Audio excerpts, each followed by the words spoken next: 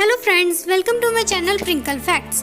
आज मैं आपको वाटर एनिमल्स के ऊपर कुछ अमेजिंग फैक्ट्स बताने जा रही हूँ जिसके बारे में आपको पता भी नहीं होगा।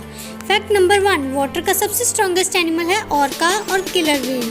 फैक्ट नंबर 2, कई लोगों को लगता है कि दुनिया की सबसे बड़ी फिश है ब्लू व्हेल, लेकिन ऐसा बिल्कुल भी नहीं है। दुनिया की सबसे बड़ी फिश है व्हेल शार्क। फैक्ट नंबर 3, ज़्यादातर हाथियों का वजन ब्लू व्हेल की जीभ से भी कम होता है ना कुछ interesting? Like, share and subscribe to my channel. Thanks.